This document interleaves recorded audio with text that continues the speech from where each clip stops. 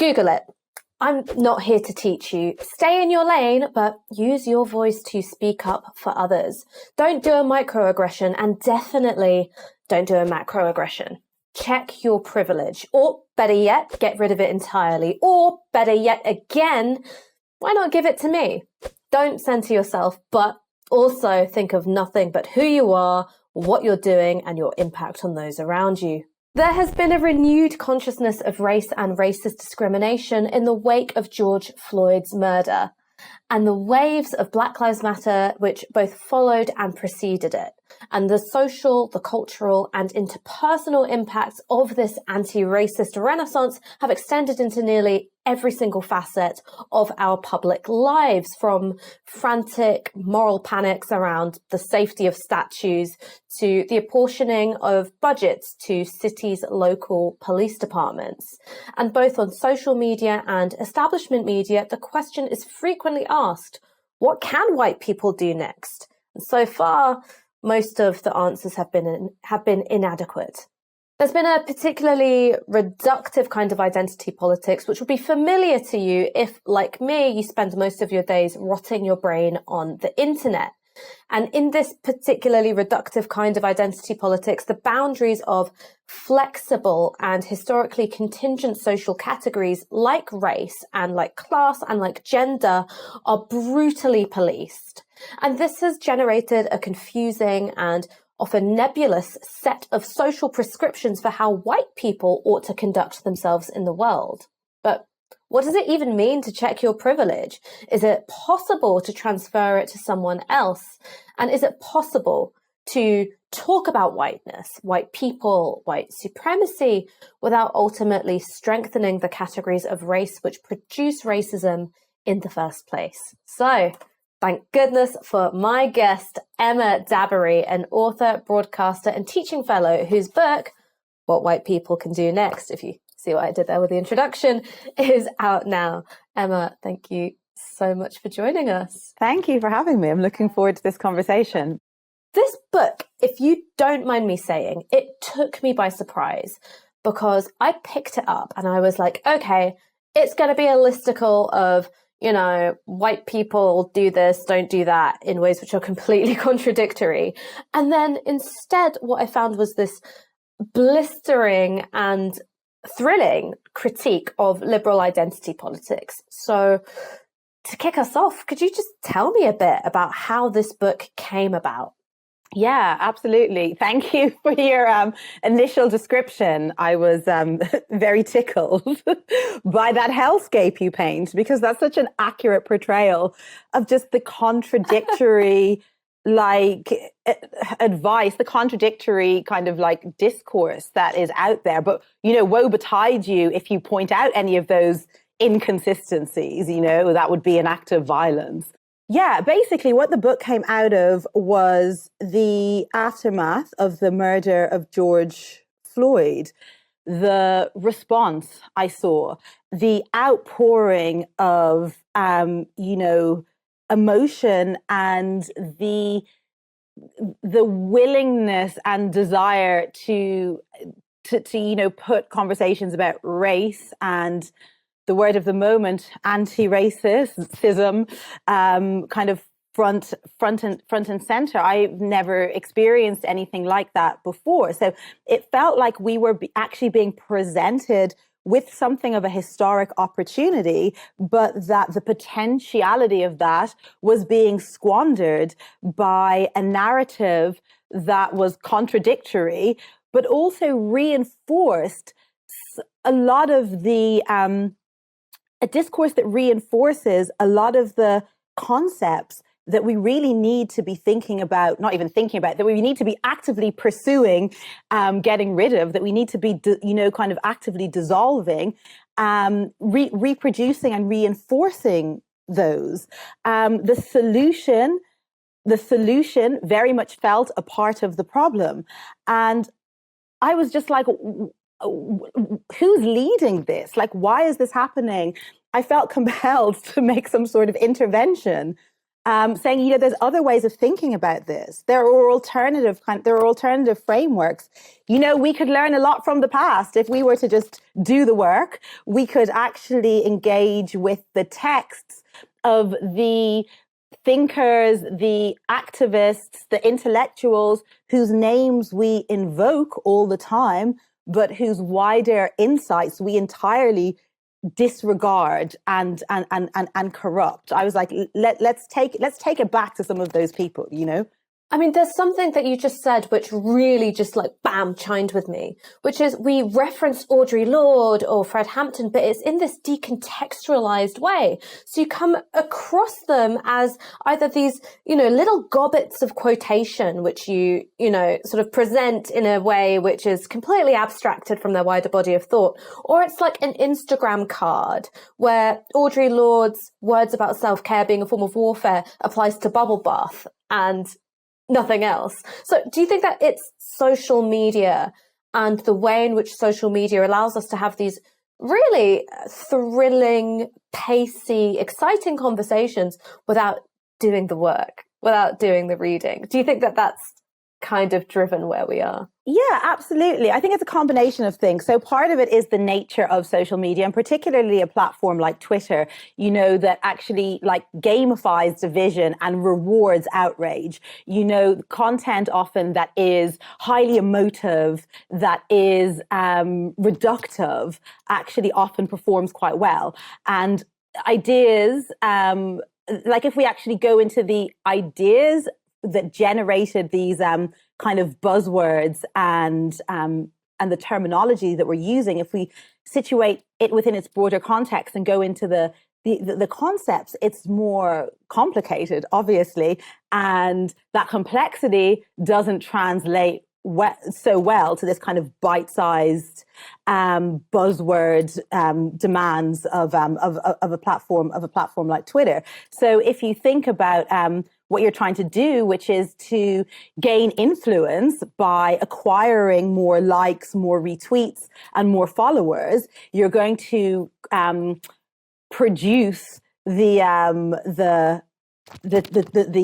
tweets or the type of information that gives you that, you know. So there's actually an incentive to have more reductive kind of hot takes than to deal with the complexity that a lot of these ideas find their origins in. And often I'll see a quote used in this way that is so untethered from its original meaning and so distorted and so self-serving to the person who's using it, that literally, if you read what precedes and follows that quote in the text it's come from, the meaning is completely contrary to how it's being used. You know, and with Audre Lorde, the Combahee River Collective, these were women who were engaged, and they are in their mission statement. You know, they are announcing from the get-go that this is self-reflective and self-reflexive and, you know, self-critical practice that they're constantly kind of evolving and reflecting on. They're not using their marginalized identity. They're not weaponizing their marginalized identities as a tool to be beyond any critique. They are actually self-reflexive and self-critical, you know, in a way that is just completely at odds with the neoliberal hellscape vision of identity politics that reigns supreme online. I mean, as a person of colour, I find what you said very problematic there. So if you could just check yourself a little bit, that would be great. So I think let's get into brass tacks, because one of the things which I was so interested by is how you used this really diverse set of sources from Black radical traditions, going from James Baldwin to the Black Panthers, encompassing Afro-pessimism and Fred Moten. And what was really interesting to me about the way in which you used categories, ideas, and frameworks was that you did it in a very non-literal, non-reductive, and non-rigid way. So can you please talk to me a little bit about how you understand and use racial categories of Black, of white in order to shed light on the world we live in without reifying them as categories which, will deepen the divisions which keep us separate from one another and locked in a network of oppressions. Yeah, absolutely. So I think one of the big challenges is,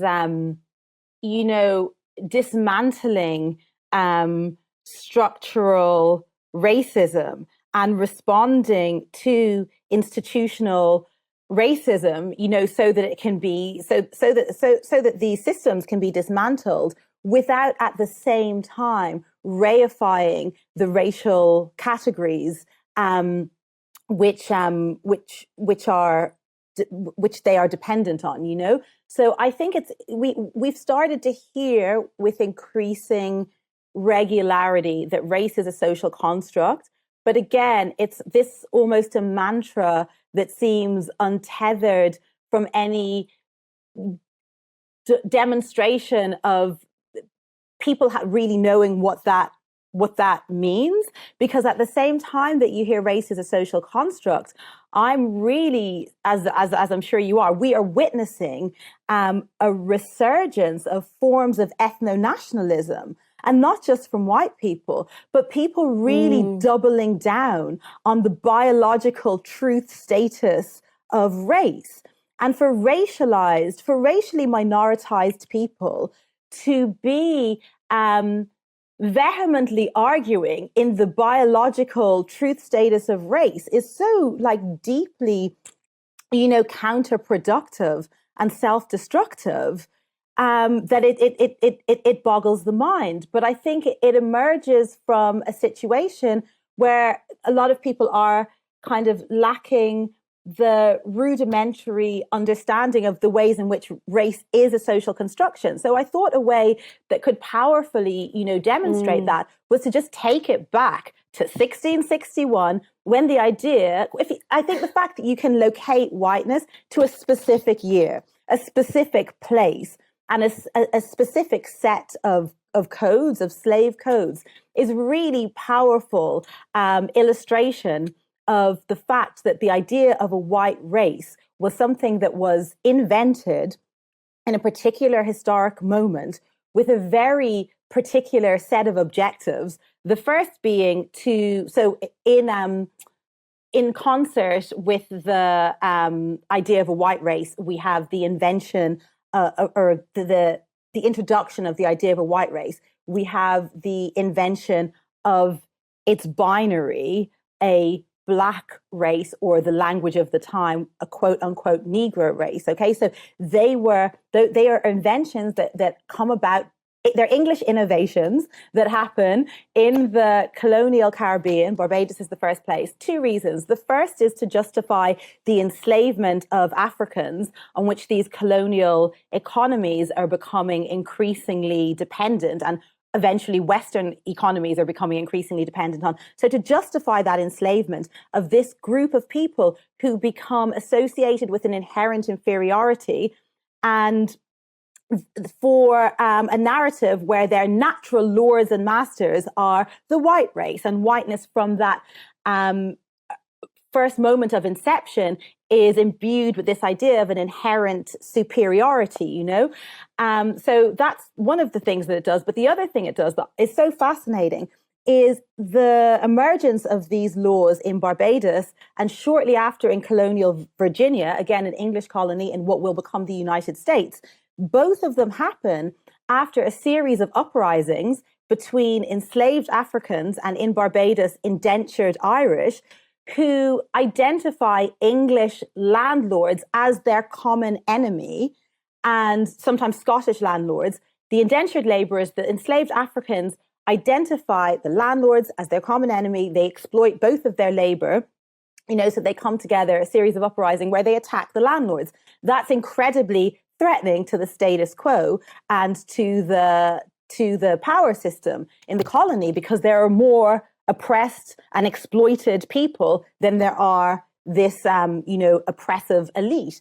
One of the things that the introduction of the idea of whiteness does is to shut down those identifications of a shared struggle between indentured Irish and enslaved African, who now come to begin to understand themselves as white and black, immutably separate and different, and the exploited white laborers start to see their fortunes more in alignment with the English landlords. Same thing happens in Virginia with indentured English and enslaved African. I mean, I've got to say, when I was reading this book, just to be crude, it gave me a history boner. It gave me such a history boner to look at the way in which we're using these sources like David Roediger, The Wages of Whiteness, Theodore W. Allen, The Invention of the White Race, and I just thought it was so precisely historicized. But to expand on this idea of whiteness has to be invented as a anti-solidaristic technology of governance. It is intended to break the bonds of solidarity which are formed through shared, interlocking and related oppressions of dispossession, of indentured labour and of enslaved labour. And that's the work that whiteness does. You then, I think, again, through the historicization that you do, you see the Black Panthers emerge, and they've got a analysis and a practice which is based on anti-colonialism, anti-imperialism, anti-racism, and anti-capitalism all at once. Can you tell me a little bit about that, about the need for all of these interlocking ways of making sense of the world and shaping a political project in order to in some way corrode the anti-solidaristic work of race as a technology of governance? Yeah, absolutely. So doubling down on those categories that were invented to divide us in order to better exploit us seems like a sort of perverse and counterintuitive response to racism, and that's very much kind of what I saw happening in this current anti-racist, what I see happening in this current anti-racist moment. The Panthers are, an incredibly powerful example because there's no way their radical credentials can be questioned. And they're operating in a historical period that is, far more fraught than now. This is the period where, the Jim Crow laws of segregation are being dismantled in the United States. Given that political climate, the fact that the Panthers, who are Black Americans, who are African Americans, are able to identify that if they work in coalition with other oppressed and exploited people, including disenfranchised whites, who are the descendants of people who enslaved their ancestors in very, very recent history. If in that context, the Panthers are, well, at least one strata of the Panthers, Huey Newton and his more his willingness to work with white radicals, did cause not everybody in the party was necessarily on board with that, but it's definitely like I guess it led to a split in the party. But for figures like Huey Newton, who is one of the co-founders of the Panthers, the fact that he is able to, and Fred Hampton, of course, as well, with the Rainbow Coalition, the fact that they, which I'll come back to in a moment, the fact that they are able to identify the power of and actively pursue and create a politics of solidarity in those conditions, in those circumstances that they are in 1960s America as African Americans, I don't think we really have a leg to stand on to say that we too can't see points of solidarity with groups outside of our own specific identity, because their underpinning logic was not identity politics, but it was revolutionary socialism. It was anti-imperialist. So they could see parallels with other colonized people across the boundaries of race. They could see parallels with other people who were exploited by the inequalities perpetuated by capitalism, even if those people were white, and that's what seems to be largely lacking in this current moment.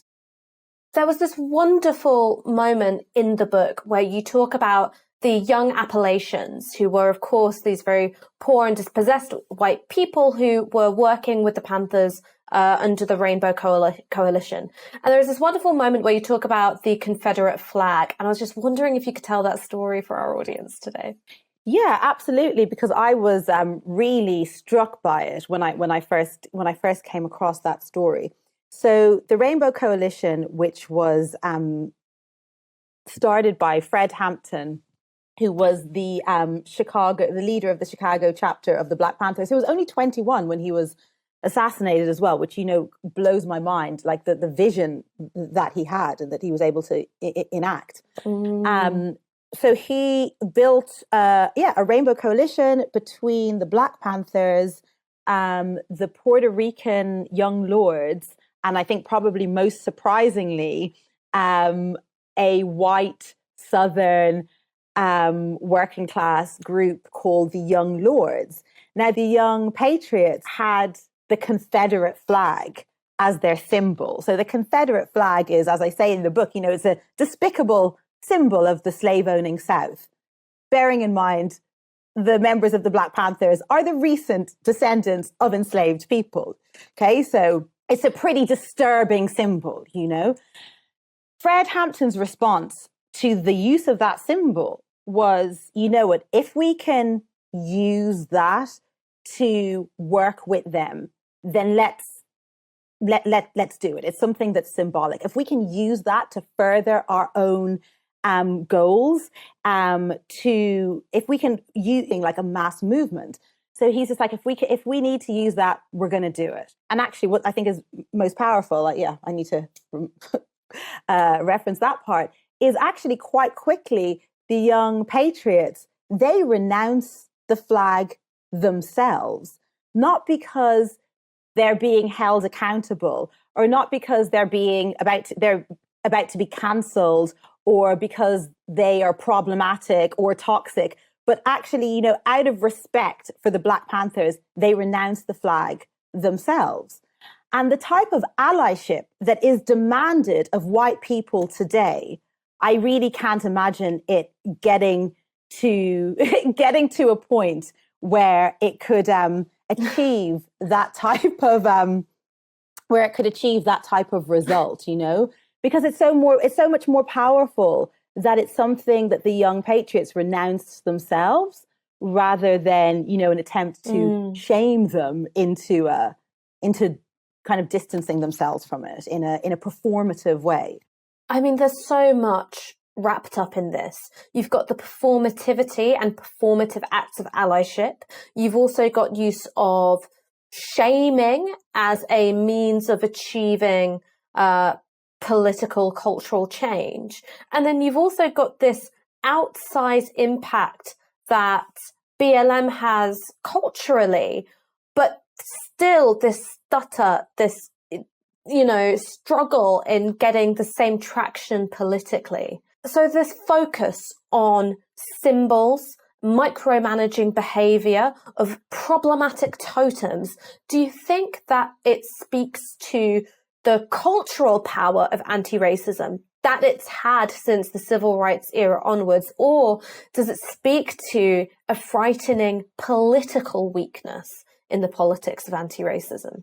I feel like the level of kind of micromanaging and like demanding of obsequious language, the kind of obsession, the obsession with language, the struggles around language are not new. To the extent that I was surprised by reading a 1971 text, which was a conversation. But so 50 years ago, a conversation between James Baldwin and a leading white public intellectual of the time, Margaret Mead, an anthropologist, who's quite aggravating in their transcript that I got my hands on.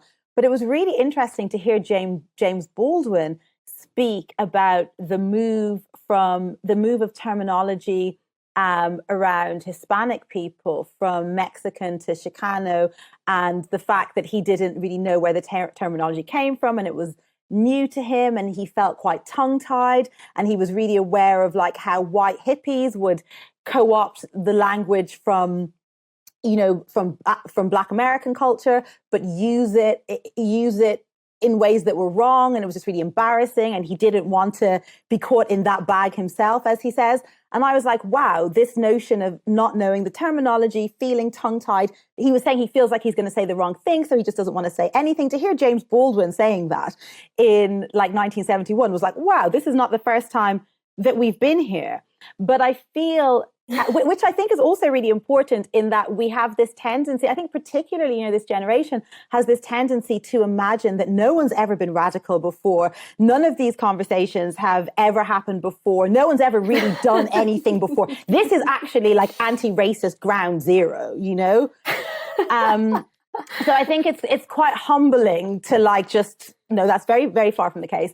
And actually I go back to the abolitionists, the slavery abolitionists, and how there's parallels, between a lot of what they were doing in the 18th and 19th century and the current anti-racist movement. Some of the limitations as well, actually, and some of the attitudes, some of the patronizing attitudes towards Black people. But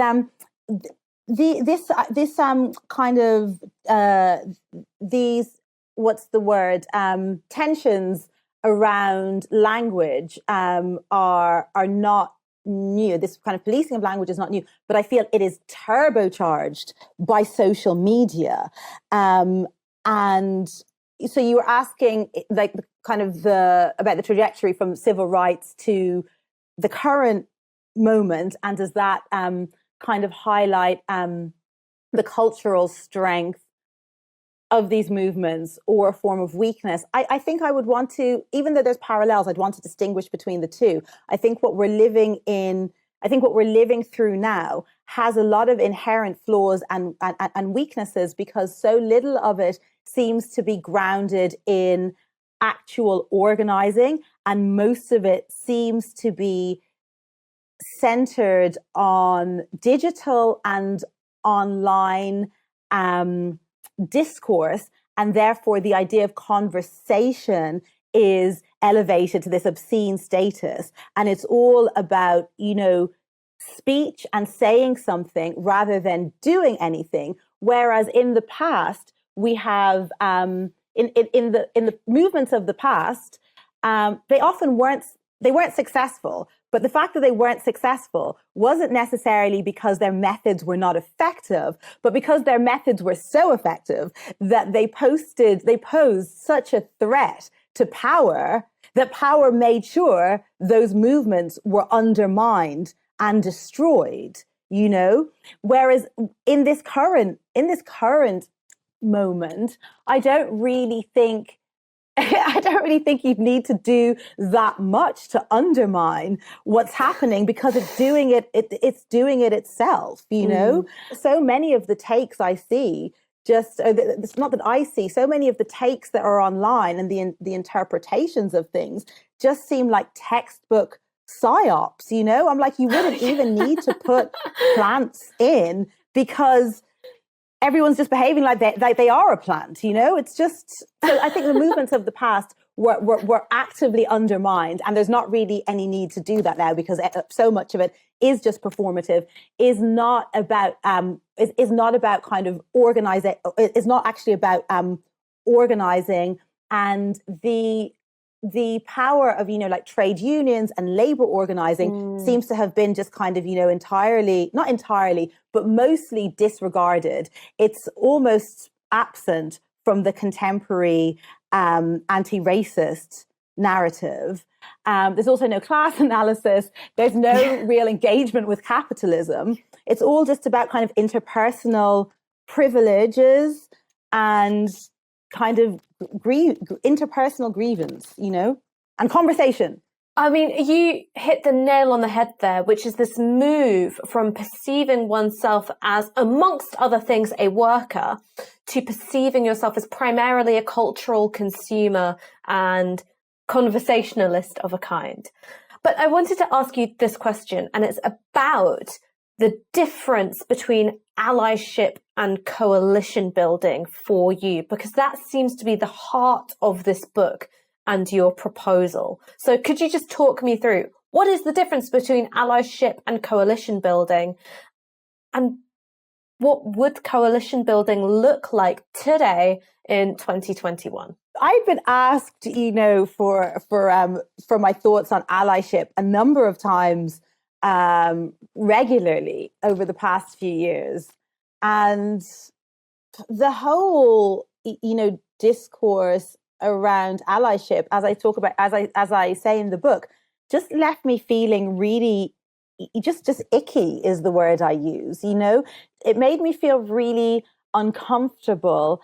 On the most basic level, to me, it reinforces a power dynamic that I feel deeply uncomfortable with, and plays into this notion that so it reinforces this whole relationship whereby, if we're talking about white allies in the anti-racist movement, where the white person, every white person, is just an uncomplicatedly privileged person who's living this rarefied and beautiful white life, and Black people are, abject and subject to, brutal and ongoing discrimination, and white people can feel bad about, feel pity, feel bad about that, and can, out of a sense of kind of charity or benevolence, help the victimized Black or non-white person. And to me, it really plays into, I think it's the most contemporary articulation of white saviorism, and so it's just it's an uncomfortable power dynamic. That's the first thing. But secondly, it also hinges support on appealing to a person's sense of charity. It's almost a favor, and favors can be withheld. It's very fragile territory. Thirdly, it